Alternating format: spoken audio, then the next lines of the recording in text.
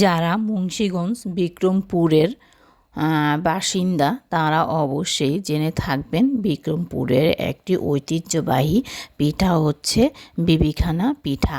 আজকে আমার রেসিপি হচ্ছে সেই বিখ্যাত ঐতিহ্যবাহী বিক্রমপুরের সুস্বাদু বিবিখানা পিঠা। খুব অল্প উপকরণ দিয়ে খুব অল্প সময়ের মধ্যে আমি চেষ্টা করব আপনাদের জন্য অথেন্টিকভাবে সেই রেসিপিটা শেয়ার করার জন্য। আশা করছি আপনাদের সবার ভালো লাগবে। প্রথমে আমি 1 লিটার দুধকে হাফ লিটার করে নিচ্ছি। দুধ আপনি যত ঘন করবেন আপনার পিঠার ঘ্রাণ ততটাই ভালো আসবে।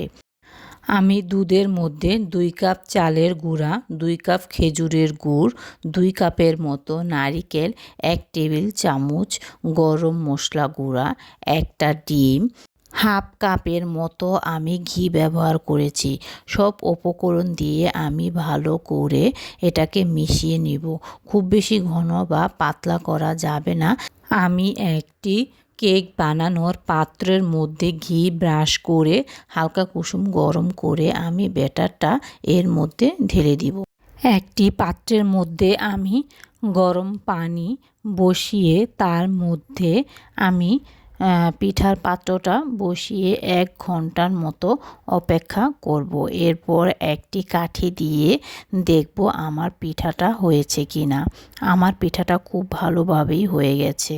এরপরে আমি যা করেছি সেটা একদমই অপশনাল। আপনার এই ধরনের ব্যবস্থা না থাকলে করার দরকার নেই। আমার ব্যবস্থা রয়েছে তাই আমি চেষ্টা করেছি যাতে একটা সুন্দর পোড়া ঘ্রাণ আসে।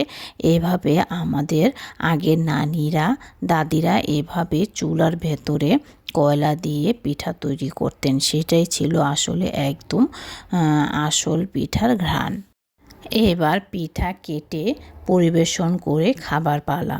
দেখতেই পাচ্ছেন পিঠাটা কতটা কালার সুন্দর এসেছে এবং সফটও হয়েছে। আশা করছি আজকের রেসিপিটি আপনাদের ভালো লেগেছে। দেখা হবে নতুন কোনো ভিডিওতে নতুনভাবে।